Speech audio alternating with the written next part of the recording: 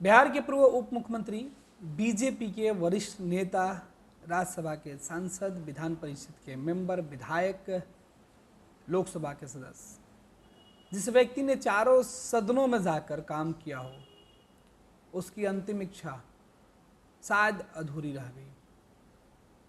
दो अंतिम इच्छा की हम बात करेंगे। एक तो सुशील कुमार मोदी ने समाज के लिए खुद को निछावर करने का फैसला लिया था। उन्होंने यह तय किया था कि वो अपना अंगदान करेंगे। मृत्यु के बाद वो अंगदान करने वाले ऐसे नेता बनते, या उन्होंने अपने जीवन काल में इस बात के फैसले ले लिए थे और इस बात के फैसले पर परिवार की सहमति भी हो गई थी। लेकिन जिस रोग से सुशील कुमार मोदी जूझ रहे थे, परिवार के लोग चाहते थे कि उनके आँखों को और शरीर के कुछ दूसरे हिस्से दान दिया जाए। लेकिन सुशील कुमार मोदी की वो अंतिम इच्छा थी जो अधूरी रह गई। दिल्ली एम्स के डॉक्टर और पटना आईजीएमआई, पटना के जो चिकित्सक थे, उन्होंने इस गंभीर बीमारी से निधन के बाद देह दान करने की सलाह परिवार के लोगों को नहीं दिया। सुशील कुमार मोदी की अंतिम इच्छा को मेडिकल कंडीशन में बताते हुए उसे रोक दिया गया।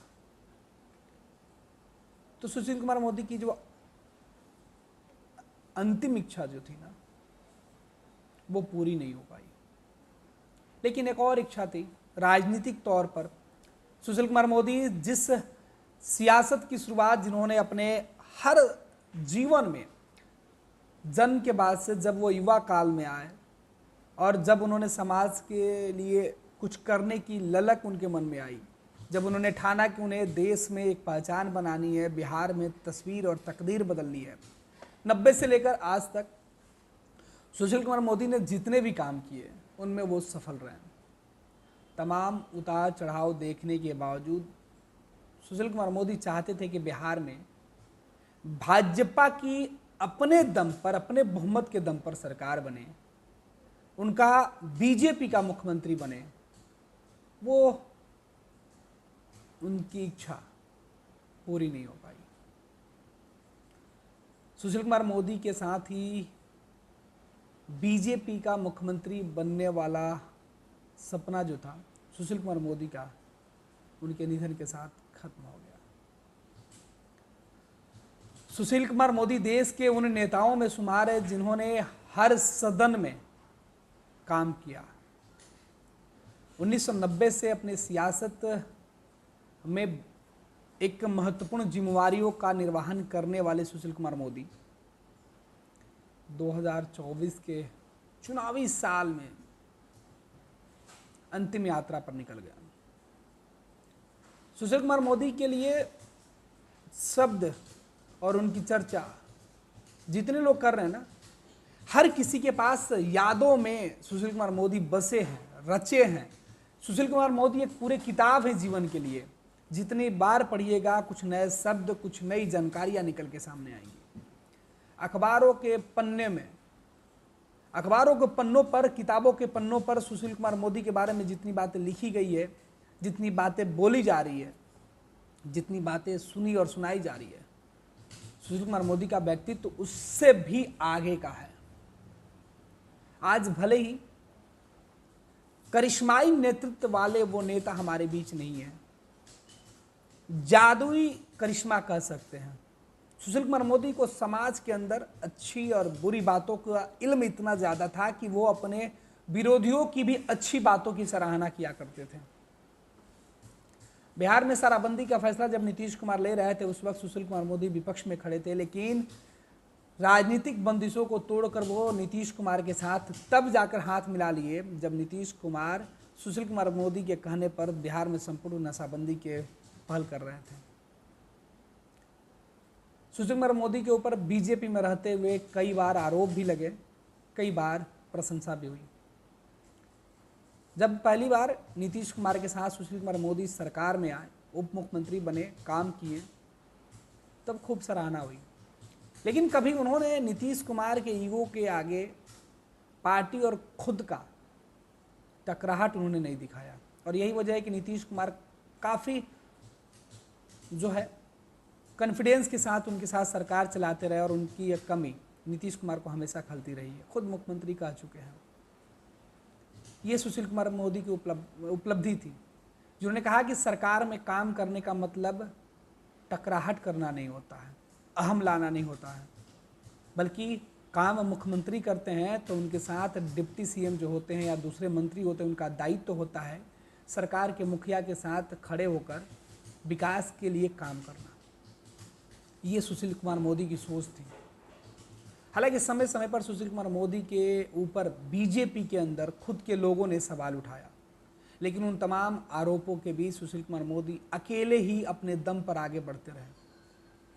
सुशील कुमार मोदी वो शख्स जिसने अपने दम पर अकेले सरकार बदलकर नई सरकार बनाने की हौसला, हिम्मत, जज्बा रखा था और उन्होंने करके दिखा दिया।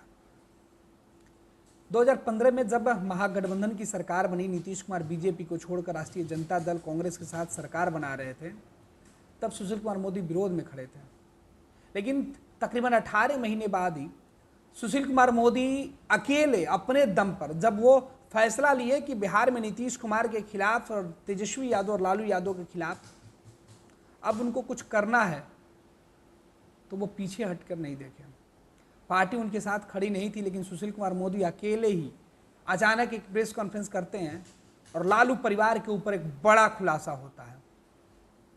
दरअसल पटना में बनने वाले बिगेस्ट मॉल की मिट्टी से पटना जू में उस मिट्टी को भरा जा रहा था और ये सबसे बड़ा घोटाला सुशील कुमार मोदी ने उजागर किया।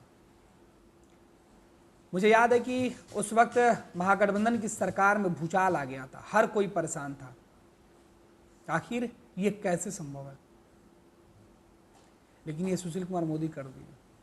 उसके बाद तो लालू प्रसाद यादव के खिलाफ सुशील कुमार मोदी का प्रेस कॉन्फ्रेंस का जो सिलसिला शुरू हुआ वो सरकार बदलने तक जारी रहा। 44 प्रेस कॉन्फ्रेंस और सरकार से राष्ट्रीय जनता दल की विदाई। 5 अप्रैल 2017 का वो पहला प्रेस कॉन्फ्रेंस जिसमें उन्होंने मिट्टी घोटाले की सबसे पहले पर्दाफाश किया।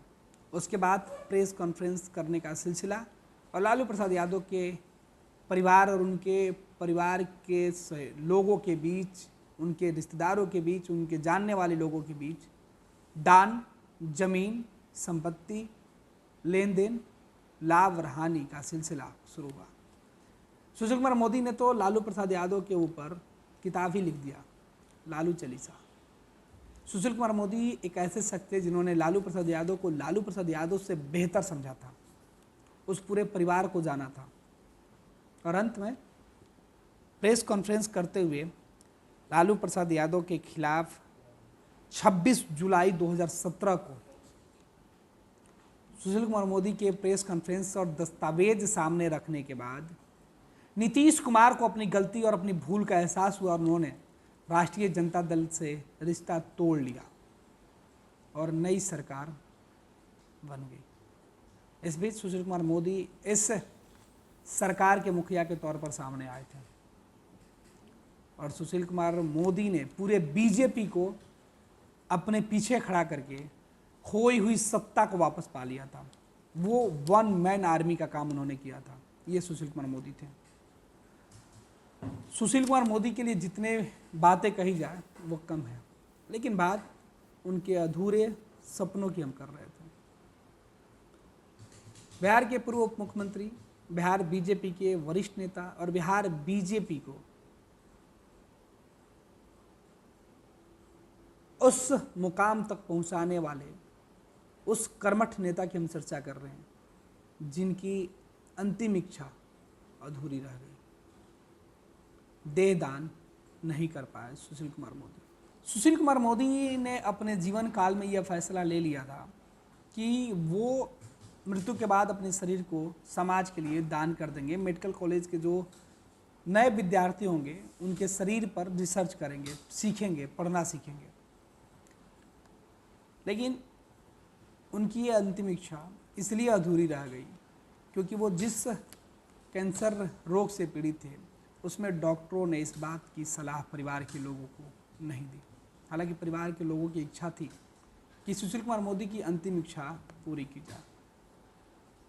दधीची देहदान समिति बिहार के संस्थापक और मुख्य संरक्षक सुशील कुमार मोदी का अंगदान का जो संकल्प था वो कैंसर के कारण पूरा नहीं हो सका।